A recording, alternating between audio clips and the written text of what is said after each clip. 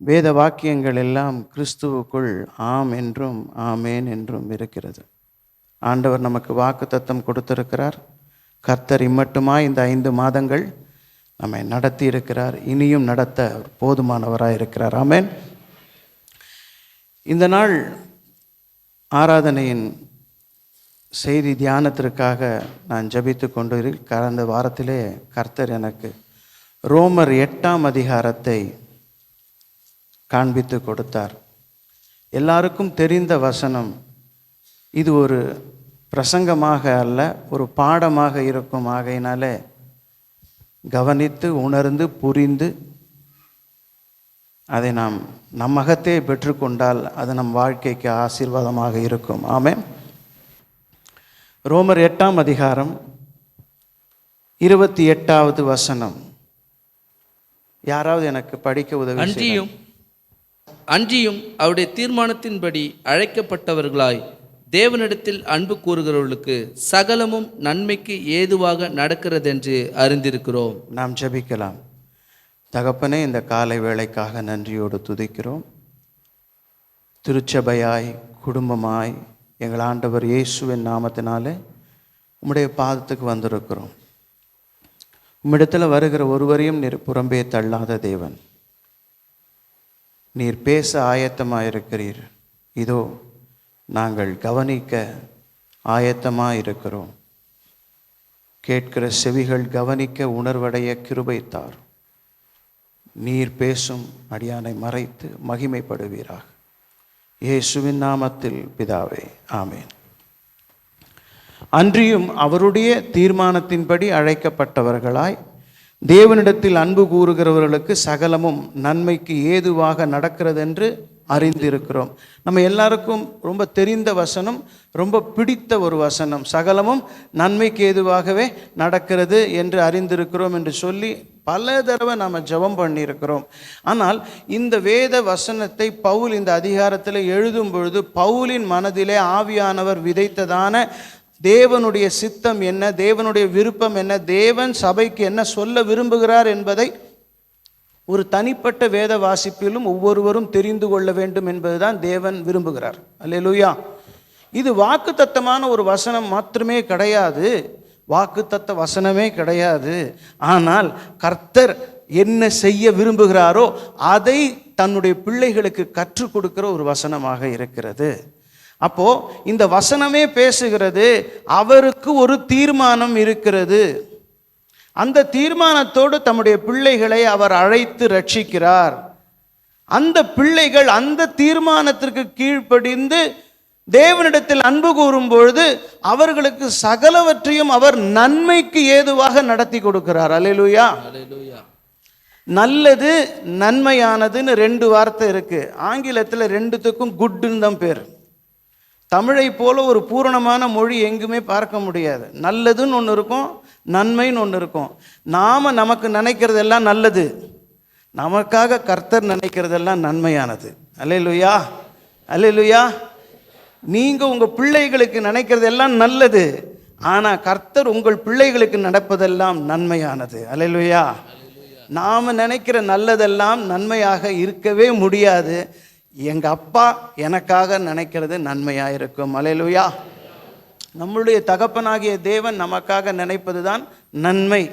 அப்போ சகலமும் நன்மைக்கு ஏதுவாக என்றால் ஆரம்பித்தவர் அவருடைய தீர்மானத்தின்படி ஆரம்பித்தபடினாலே அவருடைய நன்மையை தான் நம்முடைய வாழ்க்கையிலே ஸ்தாபிக்க விரும்புகிறார். திருச்சபையான மக்கள், தேவனுடைய பிள்ளைகளாய் இருக்க விரும்புகிறவர்கள், நித்திய பரலோக வாழ்க்கைக்கு நேராக போகணும்னு வாஞ்சையாய் இருக்கிறவர்கள் அனைவருமே அவருடைய தீர்மானத்திற்கு கீழ்ப்படிந்தவர்களாய் இருப்போம் என்றால் இன்று அல்ல, அவருடைய வருகை வரைக்கும் அவரை போல நம்மளை பாதுகாப்பவர் ஒருவருமே கிடையாது. அல்லேலூயா. இந்த செய்தியின் தலைப்பு அவருடைய தீர்மானம். அவருடைய தீர்மானம்.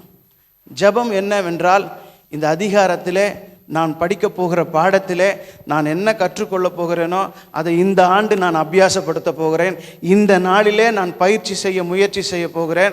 அதை கர்த்தர் என் வாழ்க்கையில் நடத்துவதை நான் கண்டு சாட்சி கொடுப்பேன். அல்லேலூயா. இந்த அர்ப்பணத்தோடு கர்த்தர் இந்த தியானத்தை செய்ய நமக்கு கிருபை தருவாராக. இந்த காரியத்தில் நாம் பார்க்கும் பொழுது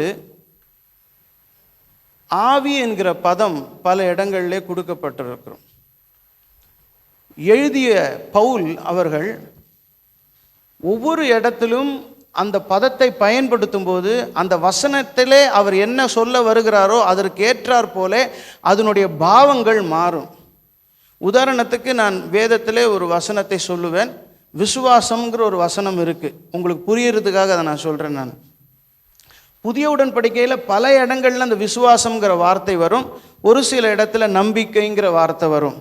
ஆனால் நாம் வசனம் வாசிக்கிற எல்லா இடங்களிலும் அந்த விசுவாசத்துக்கு என்ன நினைப்போம் அப்படின்னா, என்ன நினைப்போம்? நம்ம விசுவாசம்னா என்ன நினைப்போம்? நம்பிக்கை என்று நினைப்போம், அப்படித்தானே? ஆனால் அந்த விசுவாசம் என்பது வாசிக்கப்படுகிற பகுதியிலே என்ன சொல்ல வருகிற சம்பவங்கள் இருக்கிறதோ அதற்கேற்றாற்போல் அது விசுவாசம் என்பது நம்பிக்கையாக இருக்கும், பற்றுதலாக இருக்கும், சார்ந்து கொள்ளுதலாக இருக்கும், எதிர்பார்ப்பாக இருக்கும், உண்மையாக இருக்கும். இத்தனை அர்த்தம் இருக்குது, அதுக்கு இத்தனை பாவங்கள் இருக்கிறது.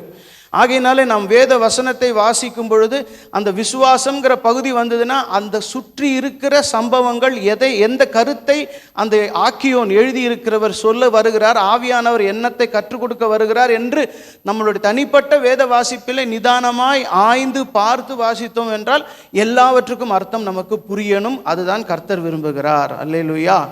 ஏனென்றால் வாக்குத்தத்தத்திலே பெரிய வாக்குத்தத்தம் என்னன்னா, கர்த்தர் சொல்லியிருக்கார், உங்களுக்கு ஒருவனும் போதிக்க வேண்டுவதில்லை, கர்த்தரை குறித்த அறிவு உங்களுக்கு இருக்குன்னு சொல்லியிருக்கார்.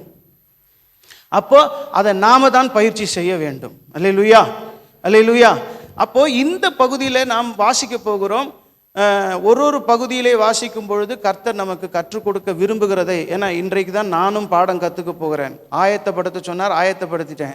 நாம் எல்லாரும் சேர்ந்து தான் இப்போ கற்றுக்கொள்ள போகிறோம். ஆகையினால கர்த்தர் பேச வேண்டும் என்கிற உறுதியான ஜெபத்தோடு நாம் தொடர்ந்து தியானிக்க போகிறோம். முதலாவது, அவருடைய தீர்மானத்தின்படி நடக்க விரும்புகிற மக்கள் கூட்டம் எப்படியாக இருக்க வேண்டும் என்றால், அவர்கள் கிறிஸ்துவின் ஆவியினாலே நடத்தப்படுகிறவர்களாக இருக்க வேண்டும். முதலாவது ரோமர் 8:10, 9-10 வசனங்கள். ரோமர் 8ஆம் அதிகாரம் 9-10 வசனங்கள். கிறிஸ்துவின் ஆவி இல்லாதவன் அவருடையவன் அல்ல. இது 9ஆம் வசனத்தின் கடைசி பகுதியிலே கொடுக்கப்பட்டிருக்கிறது. 10ஆம் வசனம், மேலும் கிறிஸ்து உங்களில் இருந்தால் சரீரமானது பாவத்து நிமித்தம் மரித்ததாயும் ஆவியினாந்து நீதி நிமித்தம் ஜீவன் உள்ளதாயும் இருக்கும். இந்த இடத்துல கிறிஸ்துவின் ஆவி இல்லாதவன் அவருடையவன் அல்ல அப்படின்னு கொடுக்கப்பட்டிருக்கிறது. அப்ப கிறிஸ்துவின் ஆவி இல்லாதவன் அப்படின்னா என்ன அர்த்தம்? நாம் எல்லாரும் பரிசுத்த ஆவியினால் அபிஷேகம் பண்ணப்பட்டிருக்கிறோம், அந்நிய பாஷை அடையாளத்தை பெற்றிருக்கிறோம், ஆவியின் வரங்கள் நம் வாழ்க்கையிலே வெளிப்படுகிறது, எல்லாம் சரி. ஆனால் இங்கே கொடுக்கப்பட்டிருக்கிற கிறிஸ்துவின் ஆவி இல்லாதவன் அவருடையவன் அல்ல என்பதற்கு பதம் என்னவென்றால், பிலிப்பியருக்கு எழுதும்போது பவுல் எழுதுகிறார், கிறிஸ்து இயேசுவில் உள்ள சிந்தையே உங்களிலும் இருக்க கடவது. அப்போ இந்த இடத்துல ஆவி என்பது எதை குறிக்கிறது என்றால் சிந்தை. கிறிஸ்துவின் சிந்தை இல்லாதவன் அவருடையவன் அல்ல. அப்ப அந்த ஆவி என்ன குறிக்கிறது? ஏன் இங்க சிந்தை என்கிறால், லூக்கா 9ஆம் அதிகாரத்திலே யாக்கோபு யோவான் என்கிற செபதேவின் குமாரர்கள் 2 பேர் இருப்பார்கள், இடிமுழக்கத்தின் பிள்ளைகள் என்று பேர். அவர்கள் எப்படிப்பட்டவர்கள் தெரியுமா? ஒரு கிராமம் சமாரியா அவர்களை ஏற்றுக்கொள்ளவில்லை, இயேசுவை ஏற்றுக்கொள்ளவில்லை. உடனடியாக அவர்கள் என்ன சொல்லுகிறார்கள்? எலியாவை போய் வானத்திலேருந்து அக்கினி இறக்கி அந்த பட்டணத்தை அழித்து விட கட்டளையிடும் அப்படின்னு கேட்கிறார். இயேசு சொல்லுகிறார், நீங்கள் என்ன ஆவி உடையவர்கள் அப்படின்னா என்ன சிந்தை இருக்கு, உன்னுடைய எண்ண ஓட்டம் எப்படியா இருக்கு, வாட் இஸ் யுவர் மோட்டிவ், உன்னுடைய ஆட்டிடியூட் எப்படிப்பட்டதா இருக்கு. நம்மளுடைய எண்ணம், நம்மளுடைய மனப்பாங்கு தான் நம்மளுடைய கேரக்டரை டிஃபைன் பண்ணும். அப்போ கிறிஸ்துவின் சிந்தை, கிறிஸ்துவின் ஆவி இல்லாதவன் கிறிஸ்து அவருடையவனாக இருக்க வாய்ப்பே கிடையாது. நாம் திருச்சபையாக கிறிஸ்துவின் இரத்தத்தினாலே மீட்கப்பட்ட ஒரு கூட்டமாக இருக்கும் பொழுது இயேசு சொல்லி இருக்கிறார், என்னுடைய மாம்சத்தையும் என்னுடைய இரத்தத்தையும் பானம் பண்ணுகிறவன் என்னில் நிலைத்திருக்கிறான், நானும் அவனில் நிலைத்திருக்கிறேன் அப்படின்னு சொல்லும் பொழுது அவர் எவ்வளவு நம்பிக்கையாய் சொல்லுகிறார். நான் ஒருபோதும் கைவிடுவதில்லை அவர் நம்பிக்கையாக சொல்றார். நாம் அவரை பார்த்து சொல்லலாமா, நான் ஒருபோதும் கைவிட மாட்டேனப்பா, நான் ஒருபோதும் கைவிட மாட்டேன். அப்ப அதுபோல நான் உங்களில் நிலைத்திருக்கிறேன்னு சொல்றது போல நாமும் அவரில் நிலைத்திருக்கும்படியாக என்னுடைய சிந்தையிலே நான் நடக்காதபடிக்கு நான் எப்பொழுதும் கிறிஸ்துவின் சிந்தையை உடையவனாக, என் அகத்தை உடையவனாய் இருக்க நான் எப்பொழுதும் ஜாக்கிரதையாய் இருக்க வேண்டும் என்கிற ஜெபம் நமக்கு இருத்தல் அவசியமாக இருக்கிறது. அப்போ கிறிஸ்துவின் சிந்தை எனக்குள்ள இருக்கணுமானால் கிறிஸ்து என்பது யார் என்பதை நாம் தெரிந்து கொள்ள வேண்டும். நாம் சுலபமாக பயன்படுத்துகிற வார்த்தை தான், நல்லா கவனிச்சுக்கோங்க. இயேசு கிறிஸ்து அப்படின்னு நம்ம வாய் நிறைய மகிழ்ச்சியோட, மனம் நிறைய மகிழ்ச்சியோட நம்ம பேசுகிறது வார்த்தை உண்டு. ஆனால் அந்த கிறிஸ்து என்றால் என்ன? கிறிஸ்து என்றால் என்ன அப்படின்னு கேட்டால் அபிஷேகம் பண்ணப்பட்டவர் அப்படின்னு சொல்கிறோம். அப்படின்னா என்ன? மேசியா அப்படின்னு கிரேக்க பதத்தை சொல்கிறோம். அப்படின்னா என்ன? நான் கேட்குற கேள்வி உங்களுக்கு விளங்குகிறதா? கிறிஸ்துன்னு வாயால் சொல்லிடுறோமே, கிறிஸ்துனா என்ன அர்த்தம்னு நம்ம தெரிஞ்சுக்க வேண்டாமா? கிறிஸ்து என்றால் என்ன அர்த்தம் என்றால், வசனம் சொல்லுகிறது, வார்த்தை இருந்தது, வார்த்தை தேவன் இடத்தில் இருந்தது, அந்த வார்த்தை தேவனாகவே இருந்தது, அந்த வார்த்தை மாம்சம் ஆயிற்று. பாருங்க, ஒரு வார்த்தை தேவனுடைய எண்ணமாக, தேவனுடைய விருப்பமாக இருக்கிற வரைக்கும் அடுத்த நிலைக்கு போகும்போது அது தேவனாகவே மாறுகிறது அல்லவா? அப்போ அந்த வார்த்தை வெளிப்பட துவங்குகிறது. அந்த வார்த்தை தேவனுடைய விருப்பமாக மாறின பிறகு தேவனையே சார்ந்திருக்கிற அந்த வார்த்தை செயல்பாடாய் மாறுகிறதற்கு உபயோகமானதுதான் கிறிஸ்து. அல்லேலூயா, அல்லேலூயா. அந்த வார்த்தை மாம்சமாக மாற வேண்டும், அந்த வார்த்தை வாழ்க்கையாக மாற வேண்டும், அந்த வார்த்தை அனுபவமாக மாற வேண்டும். அப்பொழுதுதான் கர்த்தர் இருதயத்தில் வைத்திருக்கிற வார்த்தை பிரயோஜனமானதாக மாறுகிறது. நான் அனுப்பின வார்த்தை அந்த கிரியையை செய்து முடித்து திரும்பும்னு சொல்லப்பட்டிருக்கு. அந்த வார்த்தை ஜீவன் உள்ளது, இருபுறமும் கருக்குள்ள, எந்த பட்டயத்திலும் கருக்குள்ளதான் இருக்கிறது என்று சொல்லப்பட்டிருக்கு. ஆனா அந்த வார்த்தை நம்ம வாழ்க்கையிலே மாம்சமாக மாற வேண்டும். அல்லேலூயா. அந்த வார்த்தை மாம்சமாகி நம் மத்தியிலே உலாவினார். அந்த மகிமையை பார்த்தோம். அது பிதாவின் ஒரே பேரானவருடைய மகிமைக்கு ஏற்ற மகிமையா இருந்தது. அந்த மாம்சத்துக்கு பேர் இயேசு. அந்த மாம்சத்துக்கு பேர் என்ன? அதே வார்த்தையை நாம் உட்கொள்ளுகிறோம், நாம் வாசிக்கிறோம், நாம் தியானிக்கிறோம், பிரசங்கங்கள் கேட்கிறோம். கர்த்தர் நம்மோடு பேசிக் கொண்டிருக்கிறார். நான் கிறிஸ்துவின் ஆவி உடையவனாய் இருந்தால் அந்த வார்த்தை என் வாழ்க்கையாக மாறி ஆக வேண்டும். அல்லேலூயா. அந்த வார்த்தை எனக்கு வாழ்க்கையாக மாறல, என் மாம்சமாக மாறலை, என் அனுபவமாக மாறவில்லை என்றால் நான் அவருடையவனாக இல்லை என்பதற்கு அதுவே சாட்சி.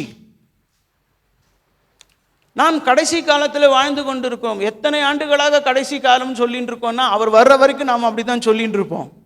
ஏனென்றால் அவர் வர வேண்டும் என்று வாஞ்சியாக இருக்கிற எல்லாருக்கும் கடைசி காலம்தான் அது. எப்பொழுது வருவீர்னு கேட்குற எல்லாருமே எதிர்பார்ப்பாய் காத்து கொண்டு இருக்கிறோம். அல்லேலூயா. அப்படி இருக்கிற நாம் அதற்கான ஆயத்தத்திலே நம் வாழ்க்கையை அமைத்துக் கொள்ள வேண்டும் என்றால் நாம் கிறிஸ்துவின் சிந்தை உடையவர்களாக, அவருடையவர்களாக, அவருடைய வார்த்தையை என் வாழ்க்கையாக மாற்றிக்கொள்ளுகிறவர்களாக. எப்படி? கிறிஸ்துவின் சிந்தை என்ன? தேவ சித்தத்தின் மையம் கிறிஸ்து. அதனால்தான் அந்த வார்த்தை தேவனாகவே மாறினது. அந்த வார்த்தை மாம்சமாக மாறுவதற்கு அந்த கிறிஸ்துவின் ஆற்றல் நமக்கு தேவைப்படுகிறதா இருக்கிறது. தேவனுக்கு வெளிச்சம் உண்டாவதாக என்று சொன்னார், வெளிச்சம் உண்டாயிற்று அப்படிங்கிற பதத்தை நாம் ஒரு வரியில் வாசிச்சிடுறோமே. அந்த வெளிச்சம் உண்டாவதற்கான செயல்திறன் எங்கே இருக்கு என்றால் அந்த வார்த்தையின் மையத்தில் இருக்கிற கிறிஸ்து என்கிறதான செயலாற்றல், அர்ப்பணிப்பு, அந்த பொறுப்புணர்வு, செய்து காட்ட வேண்டும் என்கிற உறுதியான தீர்மானம், வைராக்கியம், இது கிறிஸ்துவின் சிந்தையிலே அடங்கி இருக்கிறது. இதை தேவன் தகப்பன் திருச்சபையிலே எதிர்பார்க்கிறார். அல்லேலூயா, அல்லேலூயா. இதை நாம் செய்து காட்டினால் நாம் கிறிஸ்துவை உடையவர்களாக இருப்போம், இல்லை என்றால் கிறிஸ்தவர்களாக இருப்போம். நாம் எப்படிப்பட்டவர்களாக இருக்க வேண்டும்? கிறிஸ்துவை உடையவர்களாக இருக்க வேண்டும். பரலோகம் போவதற்கு கிறிஸ்துவை உடையவர்களாக இருந்தால்தான் போக முடியும். அல்லேலூயா.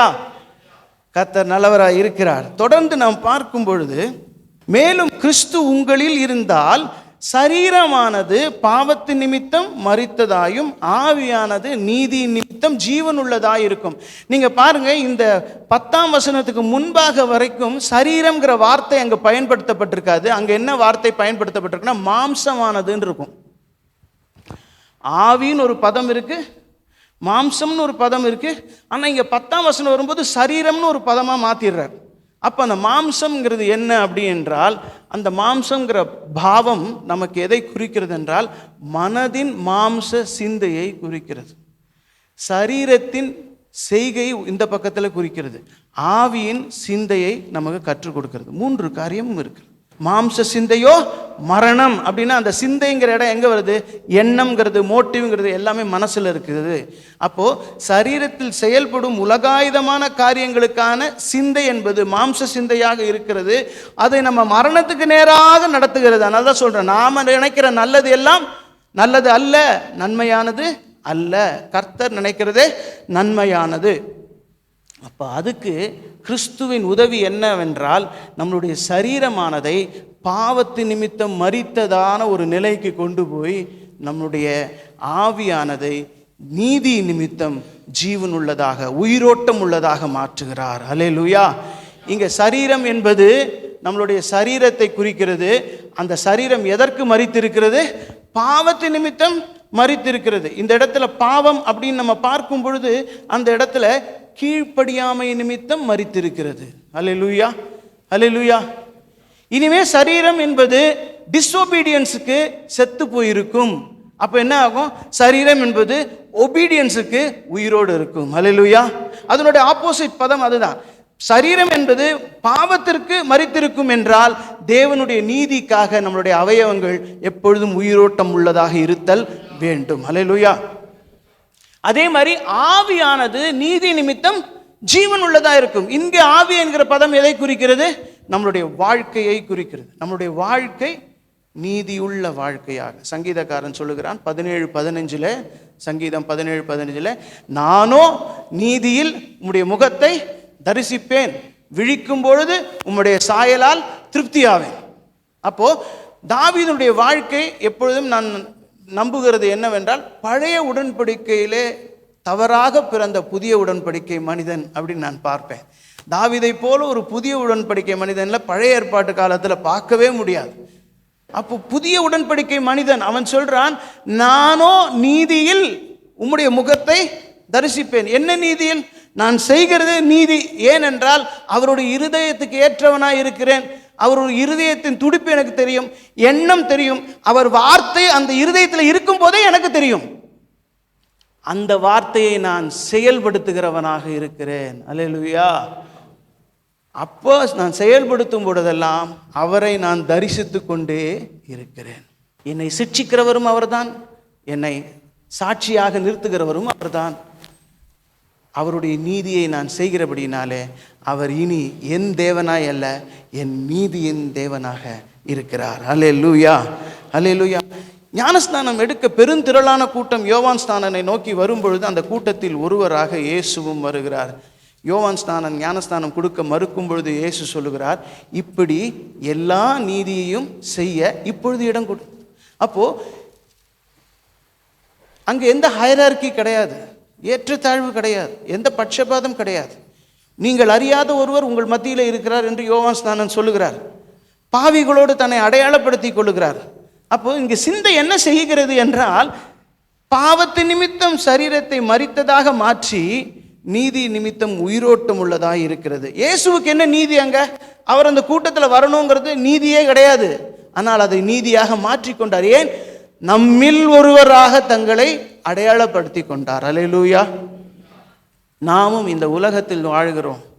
நாம் இந்த சிந்தையை கொண்டு நாம் நீதி உள்ளவர்களாக, நீதி என்ன செய்கிறது தொடர்ந்து பார்க்கும்போது நம்ம செய்யலாம்.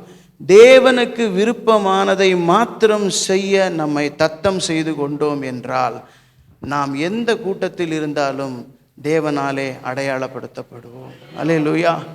தேவன் ஒருபோதும் நம்மை கைவிட மாட்டார். அடுத்ததாக நாம் பார்க்கிறோம் 8ஆம் அதிகாரம் 11ஆம் வசனம் வாசிங்க.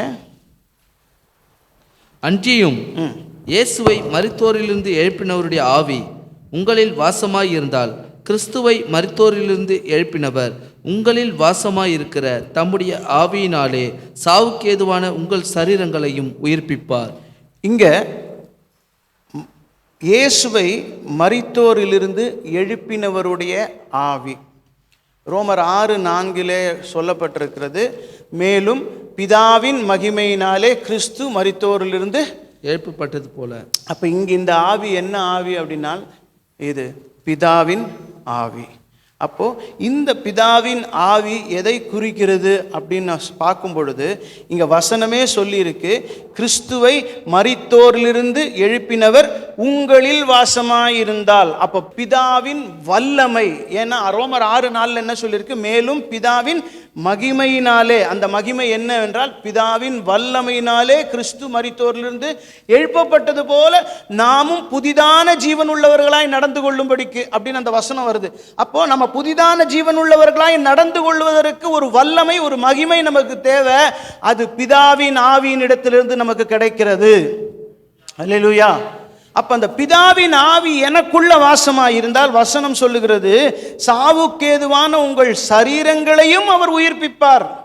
சாவுக்கேதுவான உங்கள் சரீரங்களையும் உயிர்ப்பிப்பார். அப்படிங்கும் பொழுது கர்த்தர் நமக்கு காட்டுகிற ஒரு காரியம் என்னவென்றால், யோவான் 6ஆம் அதிகாரம் 55 57 வசனங்களை நாம் வாசிக்கும் பொழுது இயேசு இப்படியாக சொல்லுகிறார், என் மாம்சம் மெய்யான போஜனமாய் இருக்கிறது, என் இரத்தம் மெய்யான பானமாய் இருக்கிறது. என் மாம்சத்தை புசித்து என் இரத்தத்தை பானம் பண்ணுகிறவன் என்னிலே நிலைத்திருக்கிறான், நானும் அவனிலே நிலைத்திருக்கிறேன். இந்த வசனம் தான் 57 நல்ல கவனிங்க. ஜீவனுள்ள பிதா என்னை அனுப்பினது போலவும் நான் பிதாவினால் பிழைத்திருக்கிறது போலவும். நல்லா கவனிங்க. இயேசு இன்னும் சிலுவைக்கு போகவில்லை, ஊழியம் செய்து கொண்டிருக்கிறார். 6ஆம் அதிகாரத்திலே ஜனங்களோடு பேசி கொண்டிருக்கிறார். நானே வானத்திலிருந்து வந்த ஜீவ அப்பம். அவரோட கான்ஃபிடன்ஸ் என்ன? என்னை புசித்து என்னை பானம் பண்ணுகிறவனிலே நான் நிலைத்திருப்பேன், அவனும் என்னில் நிலைத்திருப்பான்.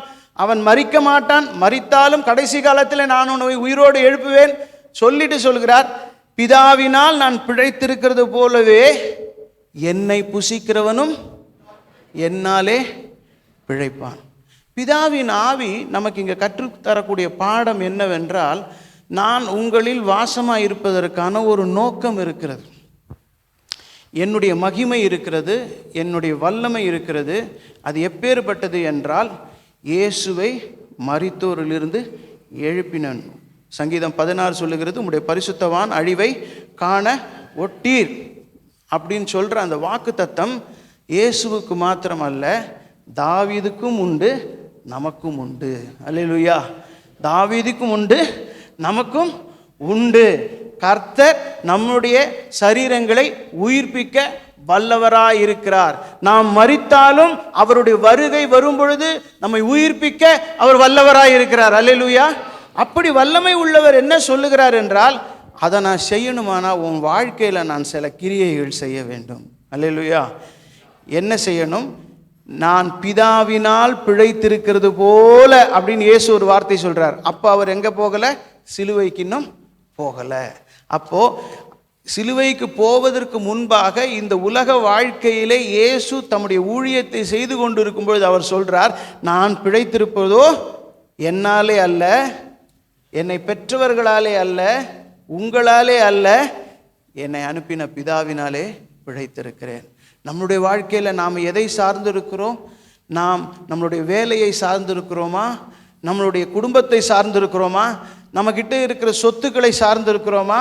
இவைகளெல்லாம் நாம் சார்ந்திருப்போம் என்றால் இயேசு சொல்வார், நீங்கள் எனக்கு பாத்திரன் அல்லவே அப்படின்னு சொல்லியிருக்கே. அப்போ கர்த்தர் என்ன சொல்லுகிறார்? இவைகளை காட்டிலும் நான் உனக்கு முக்கியமாக இருப்பேன் என்றால், என்னால தான் நீ பிழைக்கிற என்கிற எண்ணம் இருக்கு என்றால் நீ என்னில் நிலைத்திருப்பாய். அல்லேலூயா. இந்த மாம்சம் மெய்யான போஜனமாக இருக்கிறது. இந்த மாம்சம் வேற, ரோமர் 8ஆம் அதிகாரத்தில் நம்ம வாசிக்கிற மாம்சம் வேற. இந்த மாம்சம் எதை குறிக்கிறது என்றால், இயேசு மாம்சத்திலே வந்த அவருடைய வாழ்க்கையின் வெளிப்பாட்டை குறிக்கிறது. அப்போ இயேசுவின் வாழ்க்கை சரீர செயல்பாடுகளை இந்த மாம்சம் குறிக்கிறது. Jesus in flesh is the complete manifestation of God's will. தேவ சித்தத்தின் முழுமையான வெளிப்பாடு இயேசுவின் சரீரத்திலே நாம் பார்க்க முடியும். அப்போ இயேசுவின் மாம்சத்தை புசிக்கிறேன் என்று திருவிருந்து ஆராதனையில் நாம் புசிக்கும் பொழுதெல்லாம் நாம் ஒன்றை நினைவு கூற வேண்டும். இயேசு சொன்னார், என்னை நினைவு கூறுங்கள் என்று. எதை நினைவு கூறணும்? அவர் சரீரத்தில் இந்த உலகத்தில் எப்படி சுற்றி திரிந்தார்? நன்மை செய்கிறவராக சுற்றி திரிந்தார். எப்படி சுற்றி திரிந்தார்? என்னை அனுப்பினவரோட விருப்பத்தின் செயல்படுத்தவே சுற்றி திரிகிறேன் என்று சொன்னவர். அப்போ அதை நான் புசிக்கும் பொழுது, அதை நான் புசித்து என் அகத்தை நான் உட்கொள்ளும் பொழுது நான் என்ன சொல்ல வேண்டும் என்றால், அவரை போலவே நானும் சுற்றி திரிவேன், அவரை போலவே நான் வாழ்ந்து தீர்ப்பேன், அவரை போலவே நான் பிதாவின் விருப்பத்தை செய்து முடிப்பேன், பிதாவினாலே நான் பிழைத்திருப்பேன் என்கிற தீர்மானம் எடுத்து அர்ப்பணிப்பது தான் அந்த திருவிருந்து ஆராதனை. அல்லேலூயா. என் ரத்தத்தை பானம் பண்ணுகிறவர். இந்த ரத்தம் எதை குடிக்கிறது என்றால், ரத்தம் என்பது அவருடைய சிந்தை, அவருடைய வாழ்க்கை, அவருடைய கீழ்ப்படிதலை குடிக்கிறது. இந்த பாத்திரத்தை என்னை விட்டு விலக்க கூடுமானால் விலக்கும், ஆகிலும் உம்முடைய சித்தம். கண்டிப்பா இயேசுவுக்கு அந்த விருப்பமே கிடையாது. மிகுந்த வியாகுலப்படுகிறார், மிகுந்த வேதனைப்படுகிறார்.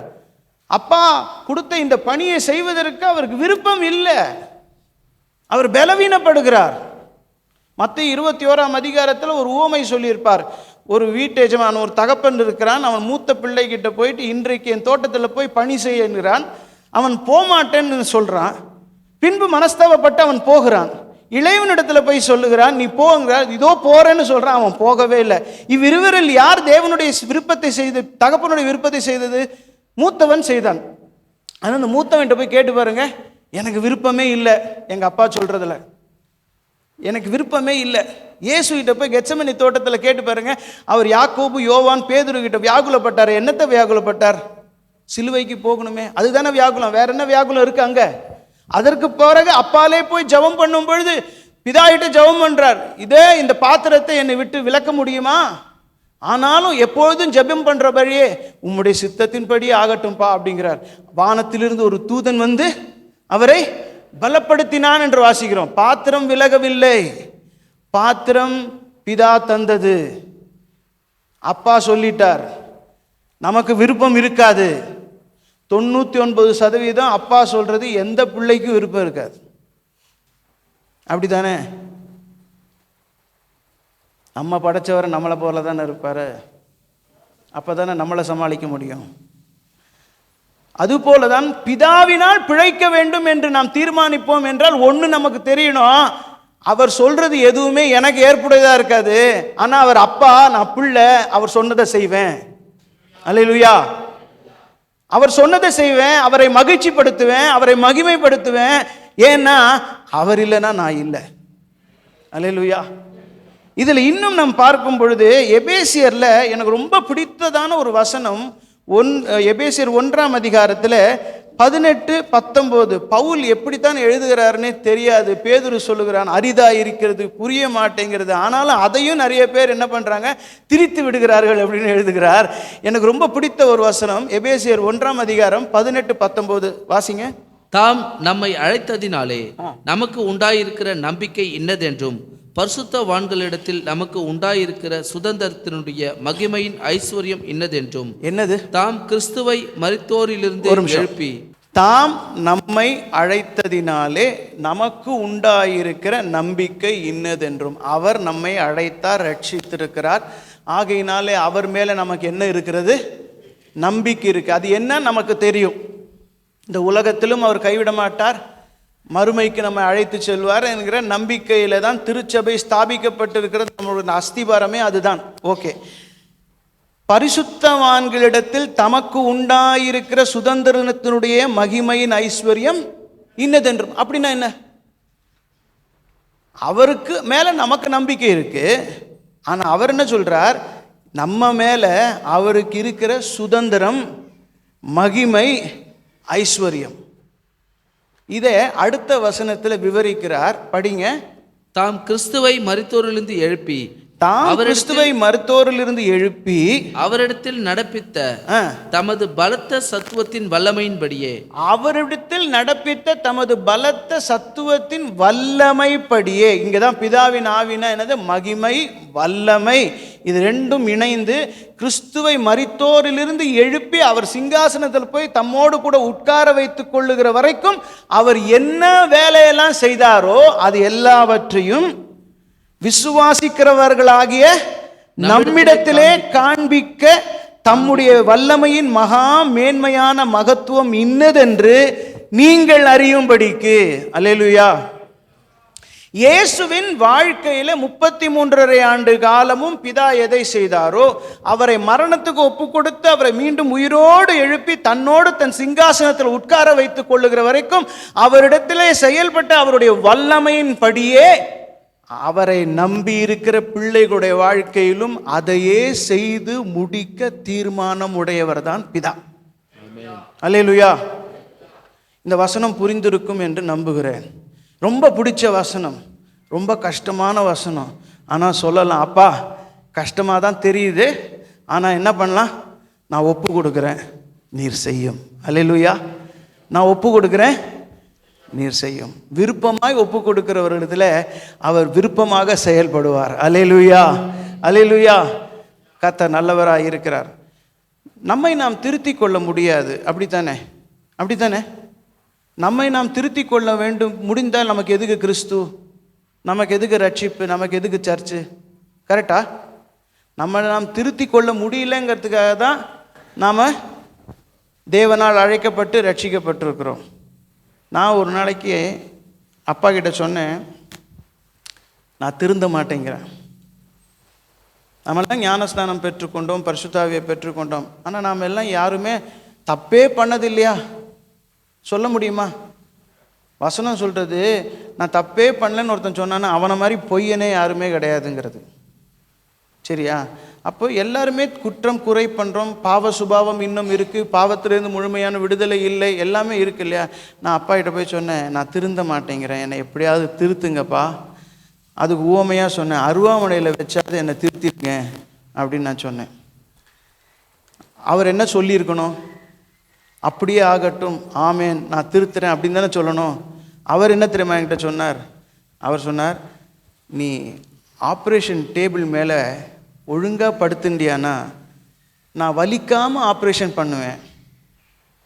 நீ ஏறி படுக்க மாட்டேன்னு பிடிவாதம் பண்ணியானா குண்டு கட்டாக நானே கட்டி போட்டு கிழிச்சிடுவேன், வலிக்கும் அப்படின்னார். அப்படின்னா என்ன அர்த்தம்? நான் திருத்தத்துக்கு ரெடி, நீ அர்ப்பணிக்க ரெடியான்னு கேட்குறார். நீ அர்ப்பணிக்காமல் பிடிவாதம் பிடிச்சியானா கண்டிப்பாக நீ எனக்கு வேணும்னு நான் வச்சுட்டேன்னா உன்னை கட்டி போட்டு அடித்து உதைச்சாலும் திருத்துவேன். அல்லேலூயா. அன்பு அதன் மறுபக்கம் அது கண்டிப்புள்ளதாக இருக்கிறது. அன்பு அதன் மறுபக்கம் சிக்ஷை உள்ளதாக இருக்கிறது. இவையெல்லாம் எதனாலே அப்படின்னா, எப்படியாகிலும் நம்மை மரித்தோரிலிருந்து உயிரோடு எழுப்பி தன்னோடு நித்திய காலமாய் சிங்காசனத்தின் பக்கத்தில் ஒரு சேரை போட்டு உட்காத்தி வைக்கணுமே. ஏனென்றால் எபேசியர் 2:7 வசனத்தில் சொல்லியிருக்கு, நம்மை கிறிஸ்துவோடு உயிர்ப்பித்து அவரோடு கூட உன்னதங்களில் உட்கார வைத்திருக்கிறார். அதை நித்திய காலமாய் அவர் ஸ்தாபித்தாக வேண்டும், அவருடைய நாமத்தை நிரூபித்தாக வேண்டும், மகிமைப்படுத்தியாக வேண்டும்.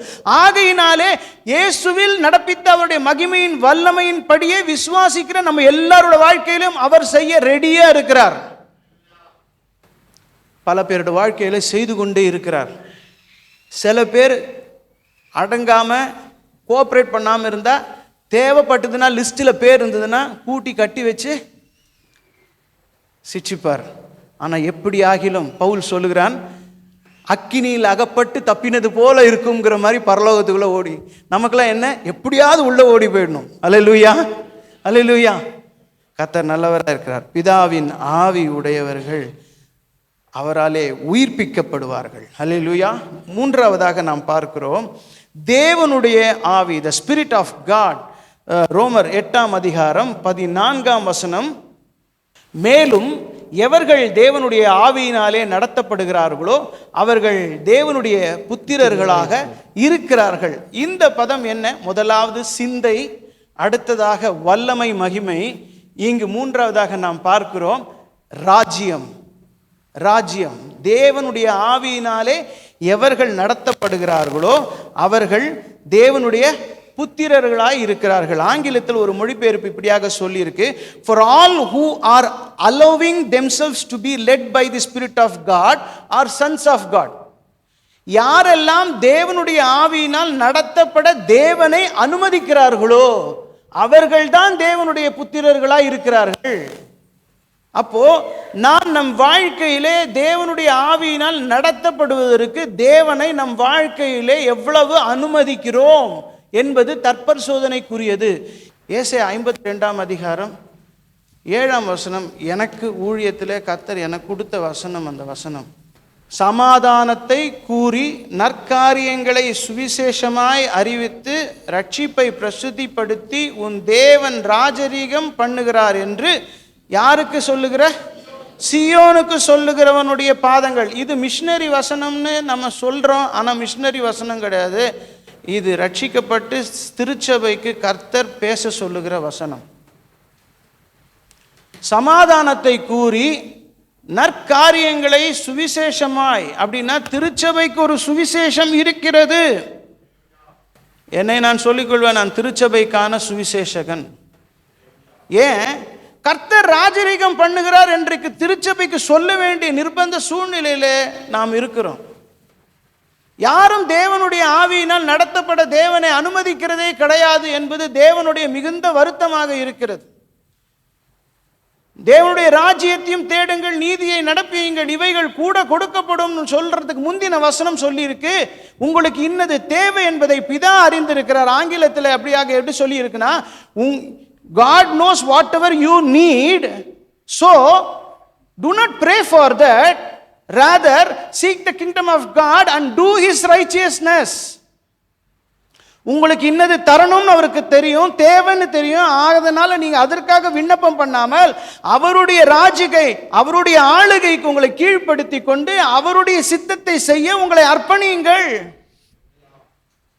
நாம என்ன பண்றோம்? அப்படியே மாற்றி செய்கிறோமே. நமக்காகவே நாம் ஜெபித்துக் கொண்டிருக்கிறோமே. நான் போற பல இடங்கள்ல தங்களுக்கு தாங்களே ஜெபித்துக் கொள்ளுகிற ஒரு கூட்டம். ஏன்? நமக்குள்ளே இருக்குமே. ஒரே ஒரு ரகசியத்தை சொல்லுகிறேன். அவர் அப்பா நாம பிள்ளைன்னா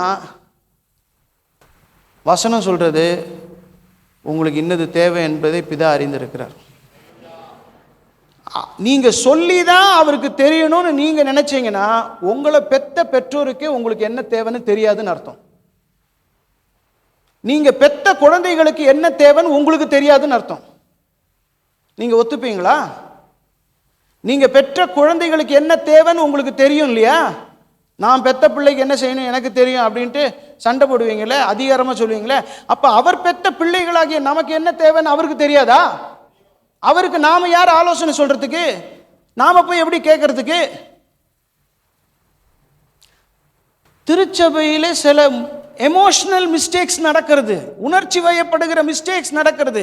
ஏனென்றால் நாம் இந்த உலகம் தேவனால் படைக்கப்பட்ட இந்த நிதர்சன உலகத்துக்குள்ளே பிசாசானவன் மாயையாக வைத்திருக்கிற ஒரு சிஸ்டம் இருக்கு தெரியுமா? The world system. இந்த வேர்ல்டு சிஸ்டத்தை நம்ம பார்த்து நாமே சூடு போட்டுக் கொள்கிறோம், எமோஷன் ஆகிறோம். அவனவன் இந்த உலக சிஸ்டம்குள்ள ஓடி பிரபல்யம் அடைகிறதும் வாங்கிறதும் சேர்க்கிறதும் ஆஸ்தி வைத்துக் கொள்வதும் எல்லாவற்றையும் பார்க்கிறோம். அது கிறிஸ்தவர்களாக இருந்தாலும் அவர்கள் செய்வதை பார்க்கிறோம். அப்ப நான் மட்டும் பின்தங்கி இருந்தேன்னா என்னை எல்லாரும் ஏளனமா நடப்பானே என்று அந்த கிரௌடோட ஓட பார்க்கிறோம். அது கர்த்தருடைய ஓட்டம் அல்ல. அது தேவனுடைய ஆவி நடத்துகிற நடத்துதல் அல்ல. தேவனுடைய ஆவியானவர் நடத்துவார் என்றால் நீங்கள் உலகத்தாரை போல இல்லாமல் நீங்கள் தேவனுடைய பிள்ளைகளை போல இருப்பீர்கள். அல்லேலூயா. நீங்கள் உலகத்துக்கு ஒத்த வேஷம் தெரியாமல், இந்த உலகத்தோட சிஸ்டம் செய்கிற எல்லா கவர்ச்சிக்கும் நீங்கள் ஆட்கொள்ளாமல், எல்லாத்தையும் யூஸ் பண்ணுவோம்.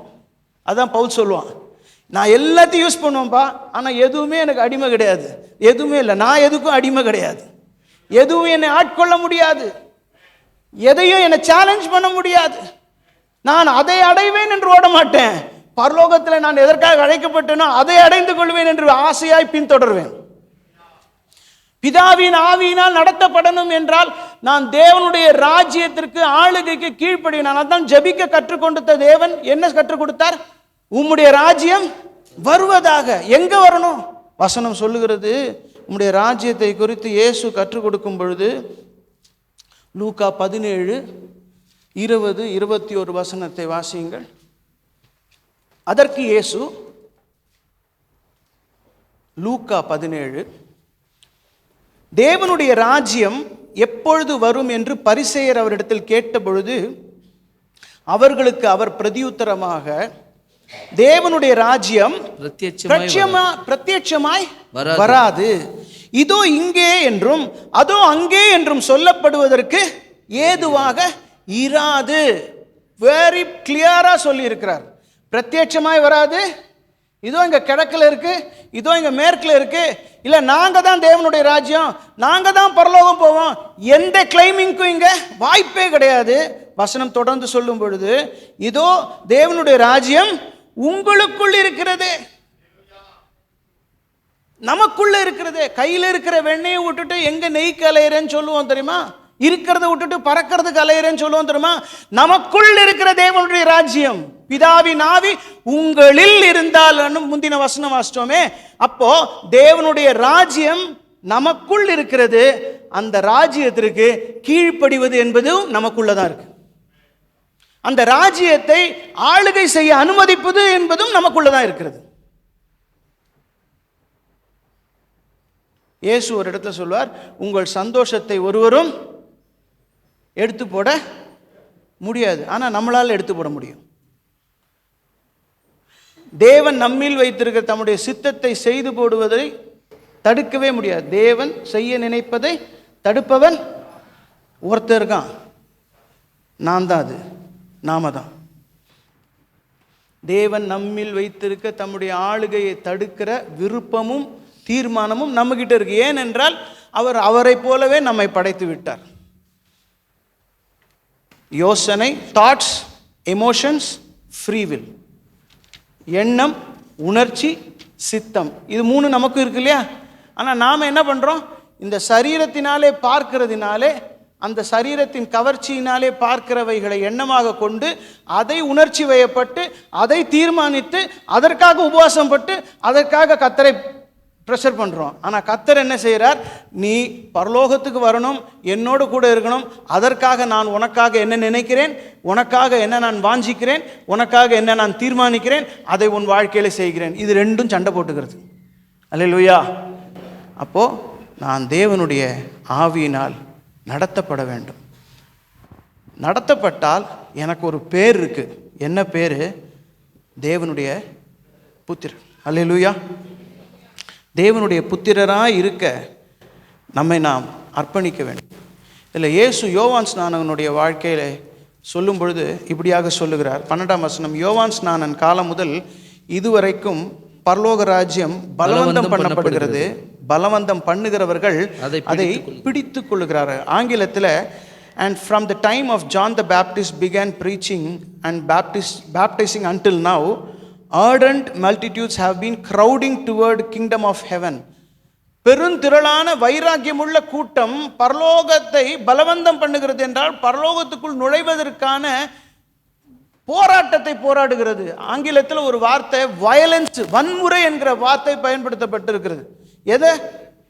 ஏதான ஒரு கதவை அடைத்து வைத்தால் அதை கதவை தாண்டி போகணும் என்றால் வன்முறையாலே போராடி கதவை உடைச்சிட்டு உள்ள போவாங்க தெரியுமா?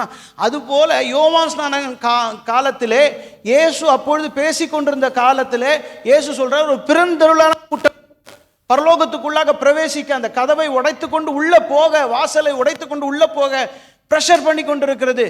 அப்படி பலவந்தம் பண்ணப்படுகிறவர்களாகத்தான் பரலோக ராஜ்யத்தை பிடித்துக் கொள்ள முடியும். தேவனுடைய ராஜ்யத்திலே நான் இருக்க வேண்டும், தேவனுடைய ஆளுகையில் நான் இருக்க வேண்டும் என்று போராட்டம் பண்ணணும், அதுக்காக உபவாசம் பண்ணணும். நாம் பரலோக ராஜ்யத்தை பலவந்தம் பண்ணுகிறதே கிடையாதே, அது வரும்போது வரட்டும், நம்ம பார்த்துக்கலாம், அப்படித்தானே இருக்கோம் நம்ம. ஆனால் கர்த்தர் சொல்லுகிறார், நான் உன்னை நடத்த வேண்டும் என்றால் நீ ராஜ்யத்துக்குள்ள வா, என்னால் ஆளுகை செய்யப்பன். இந்த உலகத்தின் கவர்ச்சி, இந்த உலகத்தில் இருக்கிற சிஸ்டம், இந்த உலகத்தில் காணப்படுகிறவைகள், வேகம், ஓட்டம், இந்த போராட்டத்துக்குள்ள நீ போகாத, நான் உன்னை நடத்துகிறேன். நான் உன்னை நடத்தினா நான் நடத்துவதே உனக்கு போதுமானதாக இருக்கும். அல்லேலூயா, அல்லேலூயா, அல்லேலூயா. இந்த உலகத்தோடு நம்ம ஓடக்கொண்டா வசனம் சொல்லுகிறது இயேசுவை பார்த்து பொறுமையாக ஓடுங்க. அல்லேலூயா. இயேசு பொறுமையாக தான் ஓடினார். இந்த உலகம் போகிற ஓட்டத்துக்கெலாம் ஈடு கொடுக்கல. ஆனால் நாமெல்லாம் இந்த உலகம் போகிற ஓட்டத்துக்கு ஈடு கொடுத்துட்டே இருக்கோம்ல. பக்கத்து வீட்டுக்காரன் ஜெயிச்சா நானும் ஜெயிக்கணும்னு ஆசைப்படுறேன் தெரியுமா? அதுவே முதல் தப்பு. அதுவே முதல் தப்பு. கர்த்தர் நான் என்ன செய்யணும்னு நினைக்கிறாங்கிறத போய் கர்த்தர் இடத்துல கேட்கணும். அவருடைய ஆளுகையில் அவர் ஜெயிக்கணும் விருப்பப்பட்டால் ஜெயிக்கலாம், இல்லை அடுத்த வருஷம் கூட ஜெயிக்கலாம். நமக்கு அந்த பொறுமை கிடையாது. ஏனென்றால் நமக்கு கர்த்தரை தெரியல, சரியா? நம்ம அப்பாவை தெரியல. இந்த வருடம் இன்னும் காலம் கொடுமையாக போகும்.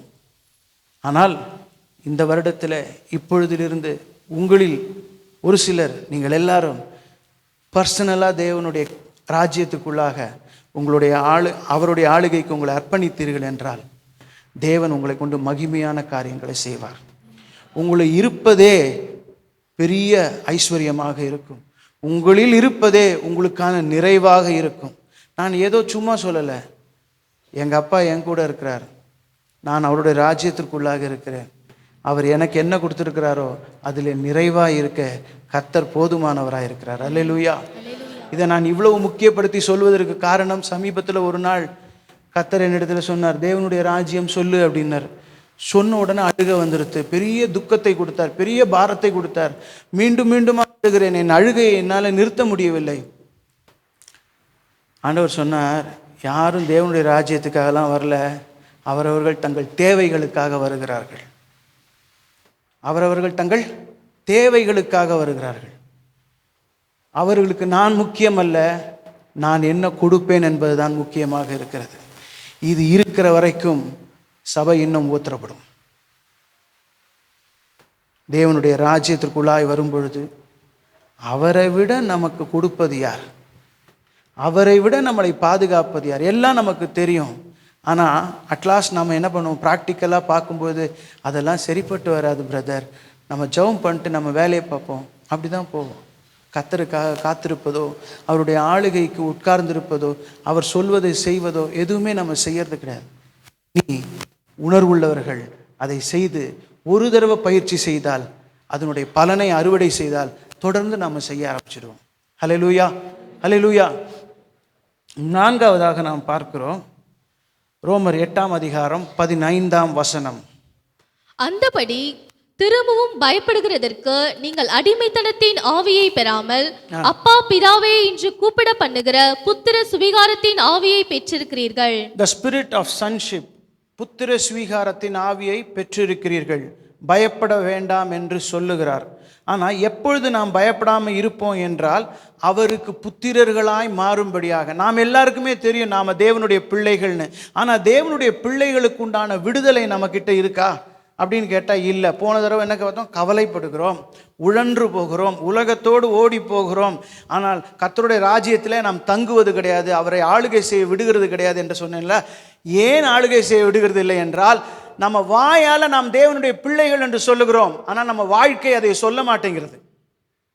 நாம வாயால் தேவனுடைய பிள்ளைகள் என்று சொல்லுகிறோம், நம்முடைய வாழ்க்கை என்ன சொல்லலை? அதை சொல்லலை. ஏன்னா அந்த வசனம் அதுக்கு முன்னாடி சொல்றது, தேவனுடைய ஆவி உங்கள் ஆவியோடு சேர்ந்து நீங்கள் தேவனுடைய பிள்ளைகள் என்று சாட்சி கொடுக்கிறது. நமக்கு சாட்சி கொடுக்க வேணாம், ஞாபகப்படுத்தினா போதும். அல்லேலூயா. நான் சொல்வது சரிதானே? சாட்சி கொடுக்க வேணாம். அப்பப்போ நம்ம நீ தேவனுடைய பிள்ளை, நீ தேவனுடைய பிள்ளை அப்படின்னு நமக்கு ஞாபகப்படுத்தினா போதும். மறந்து போயிடுறோம். நம்ம வாயால் சொல்லிடுறோம், கிரியையில் இல்லை. என்ன கிரியையில் இல்லை? ஒரு காரியத்தை உங்களுக்கு சொல்லி காட்டுகிறேன். கலாத்தியர் 4:6 சொல்லியிருக்கு, மேலும் நீங்கள் புத்திரராய் இருக்கிறபடியினாலே அப்பா பிதா என்று கூப்பிடத்தக்க தமது குமாரனுடைய ஆவியை உங்கள் இருதயங்களிலே அனுப்பினார். யாருடைய ஆவி அனுப்பியிருக்கிறார்? ஸ்பிரிட் ஆஃப் சன்ஷிப், குமாரனுடைய ஆவி. குமாரத்திகள் குமாரத்தியின் ஆவின்னு கூட வச்சுக்கலாம் நீங்க. ஆனால் குமாரனை நாம் ஸ்வீகரித்துக் கொள்ளுகிறபடினாலே நாம் எப்படி ஆகிறோம்? குமாரனாய் மாறுகிறோம், குமாரத்தியாய் மாறுகிறோம். இதை யோவான் 8ஆம் அதிகாரம் 29 36 வசனங்களை நீங்கள் வீட்டுக்கு போய் வாசியுங்கள். உங்களுக்கு தெரிஞ்ச சம்பவம் தான். இயேசு சொல்லுகிறார், நான் பிதாவுக்கு பிரியமானதே எப்போதும் செய்கிறேன், ஆகையினாலே பிதா என்னை ஒருபோதும் இருக்க விடுவதே கிடையாது என்று சொன்னபோது அநேக யூதர்கள் அவரிடத்திலே விசுவாசம் வைத்தார்கள். 31ஆம் வசனத்தில் அவர் சொல்லுகிறார், நீங்கள் என் உபதேசத்தில் நிலைத்திருந்தால் மெய்யாகவே என்னுடைய சீஷர்களாய் இருப்பீர்கள் என்று சொல்லுகிறார். 32ஆம் வசனத்தில் உபதேசத்தை தொடங்குகிறார். என்ன தொடங்குகிறார்? முதல் பாடம் சொல்லுகிறார், சத்தியத்தையும் அறியுங்கள், சத்தியம் உங்களை விடுதலையாக்கும். முதல் பாடத்திலே மக்கள் ஃபெயில். என்ன சொல்றாங்க? நாங்க யாருக்கும் அடிமை இல்லை, நீங்க எப்படி நாங்க அடிமைன்னு சொல்லலாம் அப்படின்னு சொல்றாங்க. சரித்திர பிரகாரம், வரலாற்று பிரகாரம் அவர்கள் அன்றைக்கே ரோமர்களுக்கு அடிமைகளாக இருந்தார்கள். ஆனால் அவர்கள் சொல்லுகிறார்கள், நாங்கள் யாருக்கும் அடிமைகள் இல்லை, நாங்கள் ஆபிரகாமின் பிள்ளைகள். அப்படி இருக்க நீங்க எப்படி நாங்கள் அடிமை சொல்லலாம் என்று சொன்னபோது இயேசு சொல்லுகிறார், பாவம் செய்கிற எவனும் பாவத்துக்கு அடிமையா இருக்கிறான். 35ஆம் வசனம், அடிமையானவன் என்றென்றைக்கும் வீட்டிலே நிலைத்திரான், குமாரனோ என்றைக்கும் நிலைத்திருக்கிறார். குமாரன் யாரு? குமாரன் யாரு? சத்தமா? குமாரன்னா இயேசு, நமக்கு தெரிஞ்சு இல்லையா? அடுத்தது சொல்லியிருக்கு, குமாரன் விடுதலையாக்கினால் மெய்யாகவே விடுதலையாவீர்கள். அது யாரு? அது யாரு? இயேசு. ஆனா இயேசு அதை சொல்லல. என்ன சொன்னார்? சத்தியத்தையும் அறியுங்கள். எவ்வளோ படிப்பு படிக்கிறீங்க, எவ்வளோ பட்டம் வாங்குறீங்க, இதையும் சேர்த்து படிங்க, ஒழுங்கா புரிஞ்சுக்கோங்க. நான் குமாரனா இருக்கிறேன், எங்க அப்பாவுக்கு பிரியமானதெல்லாம் செய்கிறேன், எங்க அப்பா என் கூடவே இருக்கிறார், நான் எப்போதும் விடுதலையா இருக்கேன், எப்பொழுதும் மகிழ்ச்சியா இருக்கேன், எப்போதும் பாதுகாப்பா இருக்கேன், என்னை விட்டு அவர் விலகுவதே இல்லை. அடிமையா இருக்கிறவன் வீட்டில் வந்து வேலை செஞ்சுட்டு வீட்டுக்கு போயிடுவான், வெளில போயிடுவான். அவனுக்கு அந்த வீட்டில் வேலை கிடையாது, அந்த வீட்டில் அவனுக்கு உரிமை கிடையாது. ஆனால் குமாரனோ என்றைக்கும் நிலைத்திருக்கிறார். குமாரன் உங்களை விடுதலையாக்கினார் அப்படின்னு அர்த்தம். நீ குமாரனா இருந்தால், நீ குமாரத்தியா இருந்தால், அந்த குமாரன் என்கிற உறவு உன்னை விடுதலை ஆக்கும். அவர் உனக்கு அப்பா, நீ அவருக்கு பிள்ளை. அவர் உனக்கு அப்பா, நீ அவருக்கு பெண் என்று இருந்தால், அப்பான்னு கூப்பிடுற அந்த அப்பாவுக்கு மகிழ்ச்சியாக விருப்பத்தை சித்தத்தை செய்து கீழ்ப்படுகிறவனாக இருக்க முயற்சி செய்து அதிலே முதிர்ச்சி அடையும் பொழுது அந்த உறவு நம்மை விடுதலை ஆக்கும். அல்லேலூயா. அவர் நம்மை விட்டு விலக மாட்டார். வாக்குத்தத்தம் கொடுத்தா இருப்பார்னு அவசியம் கிடையாது. நல்லா கவனிச்சுக்கோங்க. வாக்குத்தத்தம் பண்ணவர் உண்மை உள்ளவர் தான். அவர் இருக்கிறார், நாம இருக்கிறோமா? அவர் கைவிடுவதில்லை சொல்றார், நாம கைவிடுவதில்லைன்னு சொல்லியிருக்கோமா? அவர் நான் உன்னோடு நிலைத்திருக்கிறேன்னு சொல்லியிருக்கார், நாம் அவரிடத்தில் நிலைத்திருக்கிறோமா? தற்போசோதனை பண்ணி கொள்கிறோமா? அவர் உண்மை உள்ளவரா இருக்கிறார், நாம உண்மை உள்ளவர்களா இருக்கிறோமா? நம்மை நாம் கேள்வி கேட்க வேண்டுமே. திருச்சபைக்கு அந்த பொறுப்பு இருக்கு இல்லையா? சட்டுன்னு அடுத்ததாக நாம் போகிறோம். அவரோடு கூட பாடுபட்டால் அவரோடு கூட நாம் ஆளுகை செய்வோம் என்று தொடர்ந்து வாசிக்கும் பொழுது ரோமர் 8ஆம் அதிகாரத்திலே 17-18 வசனங்கள்ல நாம் பிள்ளைகளாக இருக்க வேண்டும் என்றால் அது சொல்லுகிறது, நாங்கள் சுதந்திரமாக இருக்கிறோம். எப்படி? தேவனுடைய சுதந்திரரும் கிறிஸ்துவுக்கு உடன் சுதந்திரமா இருக்கிறோம். சந்தோஷம். பரலோகத்தையே தந்துட்டார். வசனம் சொல்லுகிறது, ஒரே குமாரன் என்று பாராமல் அவரே கொடுத்தவர் மற்ற எல்லாவற்றையும் கொடுக்காமல் இருப்பது எப்படி அப்படின்னு பவுல் கேட்கிறார் இல்லையா? எல்லாவற்றையும் நம்ம கொடுத்துட்டார். ஏன்னா நம்ம பிள்ளைகளாக பாவிக்கிறார். நாம அவர் அப்பாவா பாவிக்கிறோமா இல்லையான்னு தெரியாது. பல பேர் இயேசுவை அப்பான்னு கூட்டிட்டு போயிட்டு இருக்காங்க. இயேசு சொல்றா, என்னுடைய அப்பா தான் உங்களுக்கு அப்பாங்கிறார். சொல்லியிருக்காரா இல்லையா? என் நாமத்தினாலே யார்கிட்ட போய் ஜெபம் பண்ணுங்க? என்ன சொல்லு, வசனம் தெரியலையா? என் நாமத்தினாலே பிதா. நாம எல்லாரும் என்ன பண்றோம்? ஏசப்பா எனக்கு இதை கொடுன்னு ஏசப்பா கிட்ட சொல்லிட்டு போயிடுறோம். அவர் நான் போஸ்ட்மேனா? இயேசு சொல்லுகிறார், நான் மரித்து உயிரோடு எழுந்துட்டேன், மரியாளே, நான் என் பிதாவின் இடத்திற்கும் உங்கள் பிதாவின் இடத்திற்கும் ஏறி போகிறேன். அவர் உங்கள் பிதா.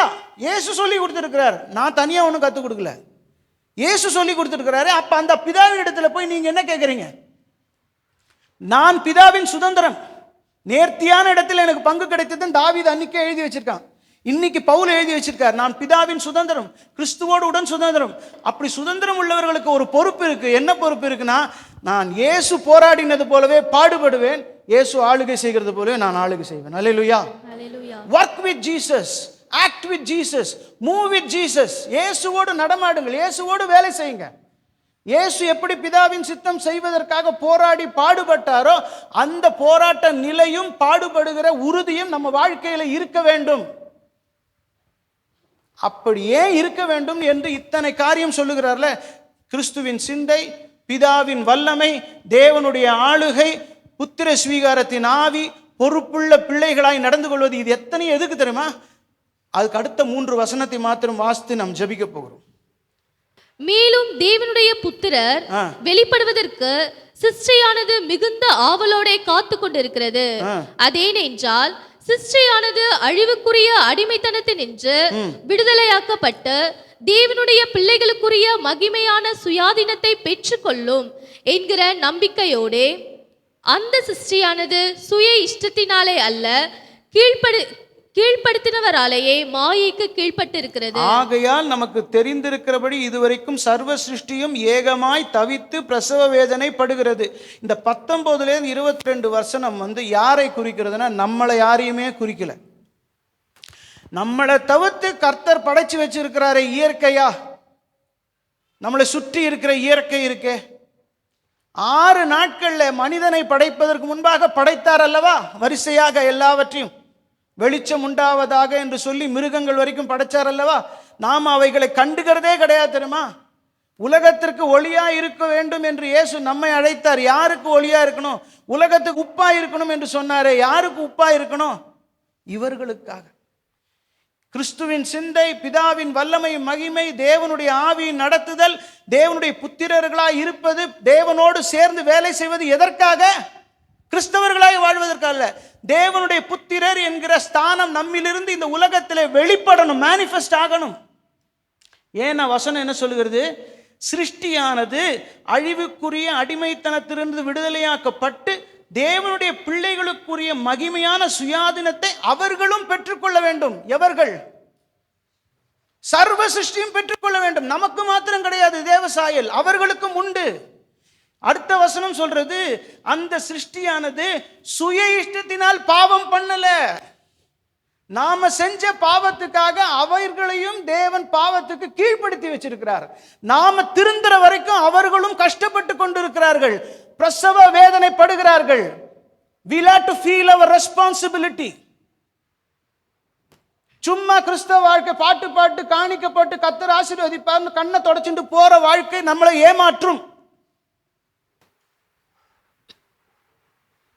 இது பிடிக்கலன்னா நீங்கள் உங்களை முட்டாளாக்கி கொண்டிருக்கிறீர்கள்.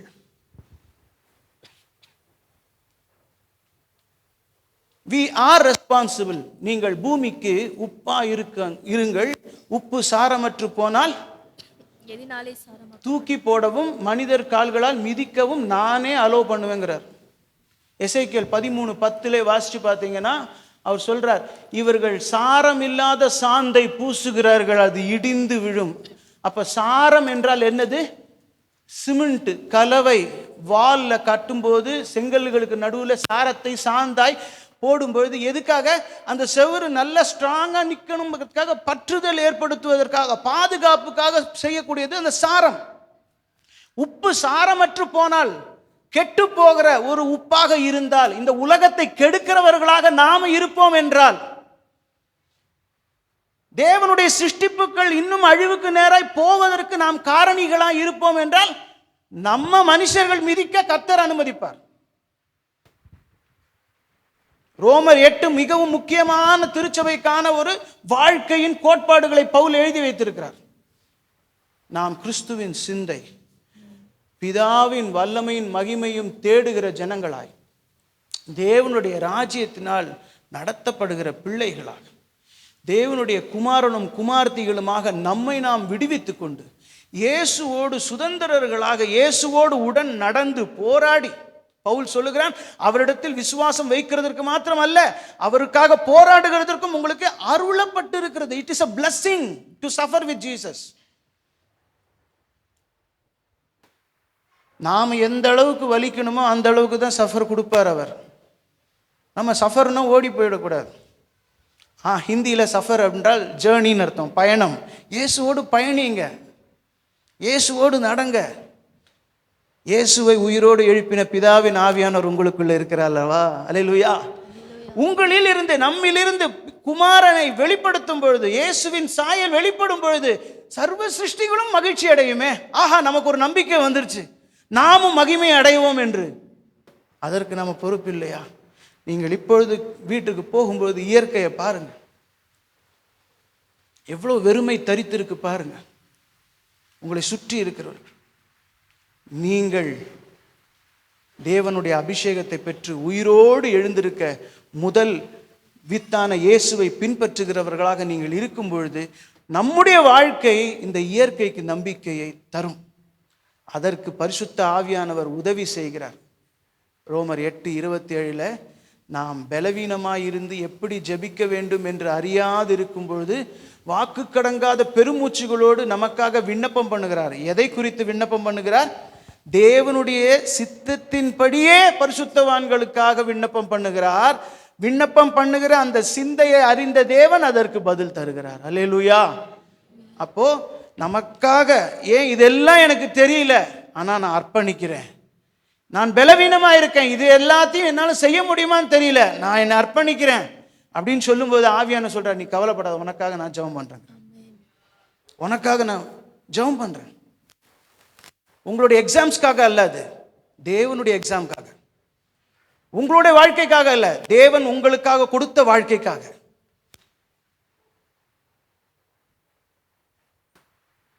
உலகத்திற்கு நீங்கள் உப்பாய் இருக்கிறீர்கள், சாட்சியா இருக்கிறீர்கள். பூமியின் கடைசி வரைக்கும் நீங்கள் எனக்கு சாட்சியா இருக்கிறீர்கள். நான் உங்களை தெரிந்து கொண்ட தீர்மானத்தின்படி என்னிடத்தில் அன்பு கூர்ந்து நீங்கள் என் சிந்தை, என்னோட வல்லமை, மகிமை, என்னுடைய ஆளுகை, என்னுடைய பிள்ளைகள் இருக்கிற ஸ்தானம், என்னோடு பொறுப்பாக நடந்து போராடி கிரியை செய்தால் இதோ இயற்கைக்கு முன்பாக தேவனுடைய புத்திரர்கள் வெளிப்படுவீர்கள். இயற்கையும் என்னுடைய சிருஷ்டிப்புகள் அனைத்தும் உங்களைப் போலவே என்னுடைய மகிமையின் சாயலை அணிந்து கொள்ளும் என்று தேவன் எதிர்பார்க்கிறார். அல்லேலூயா. அப்போஸ்தலர் கிறிஸ்தவ சபையில் பாஸ்டர் சாம் சுந்தரத்தோடைய அக்கா வீட்டுக்கார் பலவேசு முத்து ஐயா அவர்கள் ஒரு சுவிசேஷகர், எளிமையான சுவிசேஷகர். நானும் ரட்சிக்கப்பட்டு அவரை பார்த்திருக்கிறேன், வயதானவராக பார்த்திருக்கிறேன். அவரோட ஊழியம் என்னன்னா, தெரு தெருவா போவாராம், படைத்தான் படைத்தவைகள் யாவும் பரமனை பாட, இது ஒன்று தான் பாடுவார், இதை மட்டுமே சொல்லிட்டு போவார்.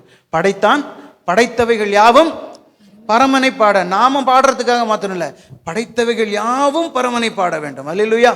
இதுதான் தேவனுடைய சித்தமாக இருக்கிறது. இதற்கு நாம தான் வேலை செய்யணும், நாம தான் ரெஸ்பான்சிபிளாக இருக்கணும். நம்ம மனைவி, நம்மளுடைய பிள்ளைகள், நம்மளுடைய அப்பா அம்மா, நம்மளுடைய கணவன் என்று நாம் பார்க்கும் பொழுது நம்மளுடைய இயற்கை என்று அதை பார்க்க வேண்டும். நம்முடைய இயற்கை எங்கள் அப்பா படைச்சது, இட் இஸ் அவர் ரெஸ்பான்சிபிலிட்டி. கர்த்தர் நம்மோடு பேசியிருக்கிறார், உங்களோடு பேசியிருக்கிறார் என்று நான் நம்புகிறேன். அர்ப்பணியுங்கள். நிஜமாக கர்த்தர் என்னோடு பேசியிருக்கார் என்று நீங்கள் சொல்லுவீர்கள் என்றால் உங்களை நீங்கள் உங்கள் அப்பா கிட்ட அர்ப்பணிங்க, தகப்பனிடத்தில் அர்ப்பணிங்க, பர்சனலாக அர்ப்பணிங்க.